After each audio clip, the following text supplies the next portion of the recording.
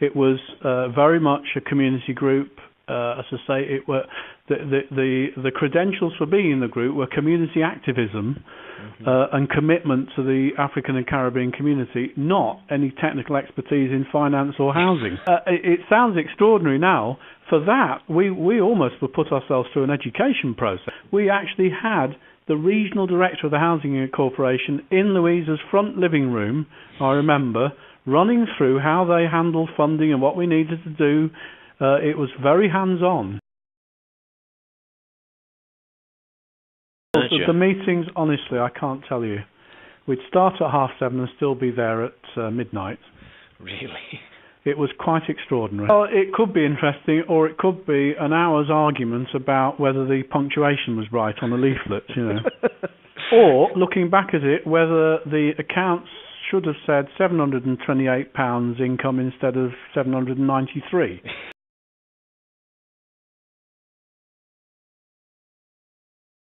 And it was a relatively small community, and at that time, this was a relatively simple community compared to what it is now. We haven't got the increasing waves of African immigration. The sort of with all sorts of different languages and different cultural backgrounds. It was very much based on largely Jamaican with a few Trinidadians and a scattering of others, and Nigerian. And most people knew each other quite well. Everybody lived in a fairly small area in Moss Side, Wally Range, etc. It was almost by word of mouth, to be honest.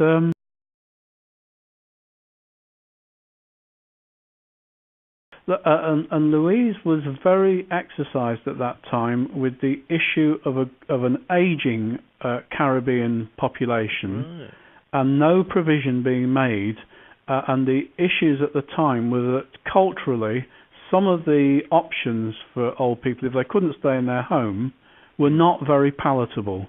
They were having to go into old people's homes that had English food, no real recognition of their particular needs at all, in all sorts of ways. So, which is why the first scheme, and the real reason she pulled the whole thing together, was in order to provide sheltered accommodation for elderly African and Caribbean members of the community, which is why Bougainvillea was the first scheme. The wave of riots in sort of London, Birmingham, the PC Blakelock was very, very upsetting and disturbing. And I think the politics of the time was almost, we need to do anything to try and reintegrate our totally disenfranchised ethnic communities. So there was almost panic, I suppose, for a few years.